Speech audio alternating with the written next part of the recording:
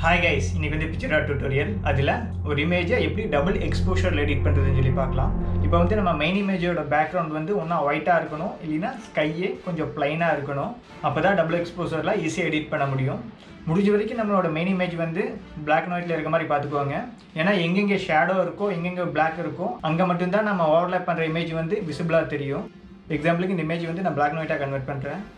டூல்ஸில் adjustment சேச்சுரேஷனை வந்து ஃபுல்லாக minus பண்ணிக்கிறோம். ஓகே, அண்ட் தென் அதோட கான்ட்ராஸ்ட் வேல்யூவை லைட்டாக இன்க்ரீஸ் பண்ணிக்கிறோம். அண்ட் தென் பிரைட்னஸை லைட்டாக மைனஸ் பண்ணிக்கலாம். ஃபைன். இப்போது இந்த இமேஜ் வந்து பிளாக் அண்ட் ஒயிட்டாக கன்வெர்ட் பண்ணியாச்சு. இப்போது ஆட் ஃபோட்டோஸ், இந்த இமேஜை செலக்ட் பண்ணி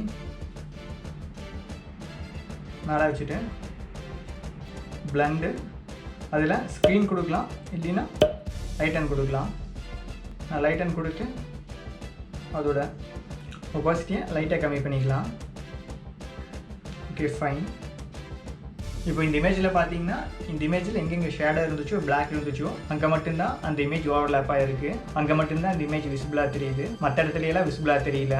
இப்போ வந்து நம்ம ஓவர்லேப் பண்ணுற இமேஜில் ஸ்கையோ இல்லை ஒயிட் பேக்ரவுண்டோ இருக்கக்கூடாது. ஒரு வேளை இருந்துச்சுன்னா அது வந்து நம்ம மெயின் இமேஜை வந்து எஃபெக்ட் பண்ணும். எக்ஸாம்பிளுக்கு இப்போ பாருங்கள், இப்போது ஆட் ஃபோட்டோஸ் கொடுக்குறேன், இந்த இமேஜ் எடுத்துக்கிறேன். இந்த இமேஜில் பார்த்துட்டிங்கன்னா ஸ்கை வந்து மெஜாரிட்டியாக இருக்குது. ஸோ ஜஸ்ட் இதை இந்த இமேஜ் மேலே வச்சுட்டு இப்போ பிளண்ட் கொடுக்குறோம். இப்போ பார்த்துட்டிங்கன்னா இந்த இமேஜில் பாருங்கள், நம்மளோட மெயின் இமேஜ் சுத்தமாக தெரியல, ஃபுல்லாக ஒயிட் கலராக இருக்குது. ஏன்னா அந்த ஸ்கை ஃபுல்லாக கவர் பண்ணிருச்சு. பார்த்தீங்கன்னா மேலே ஃபுல்லாக ஒயிட்டாக தான் தெரியுது. எங்கெங்கே வந்து இந்த ட்ரீஸ் இருக்கோ அங்கே மட்டும்தான் விசிபிளாக தெரியுது. நம்ம ஓவர்லேப் பண்ணுற இமேஜில் ஸ்கையோ இல்லை ஒயிட் பேக்ரவுண்டோ மெஜாரிட்டியாக இருக்கக்கூடாது. இப்போ வந்து ஒரு இமேஜ் எப்படி சிம்பிளாக டபுள் எக்ஸ்போஷரில் எடிட் பண்ணுறது அப்படின்னு சொல்லி பார்க்கலாம். ஜஸ்ட் இந்த இமேஜ் எடுத்துட்டேன்.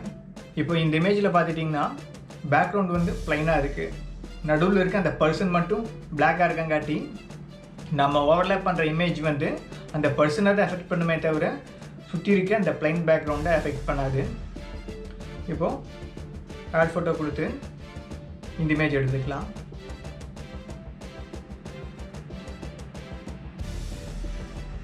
இப்போ அகைன் பிளண்டு, ஸ்க்ரீன் இல்லை லைட்டன் கொடுத்துக்கிறேன் நான்.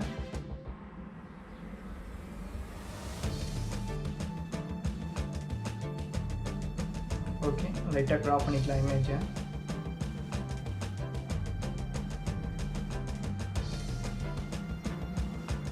அவ்வளோதான். இப்போ பார்த்தீங்கன்னா இந்த இமேஜை பேசிக்காக டபுள் எக்ஸ்போஸில் எடிட் பண்ணிட்டோம். இப்போ வந்து ஒரு இமேஜ் எப்படி பேசிக்காக டபுள் எக்ஸ்போஸில் எடிட் பண்ணுறது அப்படின்னு சொல்லி பார்த்தோம். ஐ ஹோப் இந்த வீடியோ மூலமாக நம்ம ஏதோ ஒரு சின்ன விஷயத்தை லைன் பண்ணியிருக்கோம்னு நினைக்கிறேன்.